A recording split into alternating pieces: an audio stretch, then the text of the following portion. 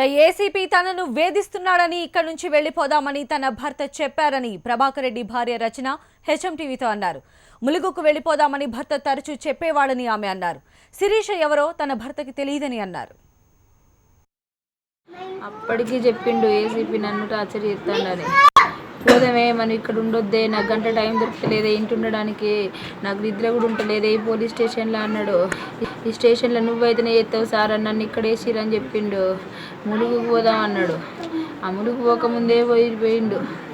ములుగు పోదామే, ఇల్లు మంచిగా ఉంటుందే, ఇది ఊరు బయట ఉన్నదే, నువ్వు భయపడేదానివే, తెల్లని దాకా ఫోన్ చేసేదాన్ని నేను. బాబా ఇక్కడ కుక్కలు అరుస్తున్నాయంటే ఫోన్ చేసేదాన్ని.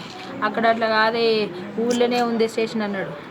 నా బావని ఎవరో చంపి ఆ కూర్చోబెట్టారు. ఆయన అసలే ఆడ కూర్చోకపోయేటోడు, ఫ్యాన్ కింద వేసుకొని కూర్చునేటోడు, ఉడకపోతుందని. అట్లా ఉడకపోతుందని కూర్చునేటోడు. వెనకకి కూర్చొని ఎందుకు చనిపోతాడు? ఆయనే ఆయన సోఫాలలో కూర్చుంటాడు. ఆయనే ఫ్యాన్ కిందనే కూర్చునేటోడు.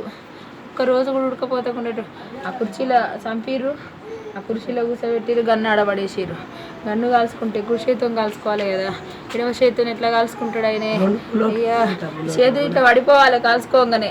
ముందుకు ఇట్లా మంచిగా పెట్టుకున్నట్టున్నాయి. ఎవరో చంపి చేతులు ఇట్లా పెట్టిపోయిరు ఆయనను.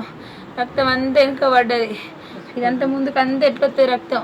మెడలు ఇట్లా పడిపోవాలి కదా, ఇట్లా పడిపోతే రక్తం అంతా వెనకకే పోతుంది. ఇట్లా ముందుకు ఎందుకు వస్తుంది? సింబి ఇచ్చి అక్కడ పడాలి రక్తం. వీళ్ళ నుంచి డైరెక్ట్ కుప్ప కింద పడ్డది. అట్లా ఎందుకు పడుతుంది? ఆ రక్తం ఎందుకు పడుతుంది? అట్లా పడదు. ఆ శిరీష్ ఎవరితో ఆయనకు తెలియదు అసలు. అందరూ వచ్చి రే నా బావని తీసుకుపోయి రే అవ్వ ఆ రుచిపోయిరని వీళ్ళందరూ కలిసి పక్కన బందిగా నా బావని చంపేసిర్రు.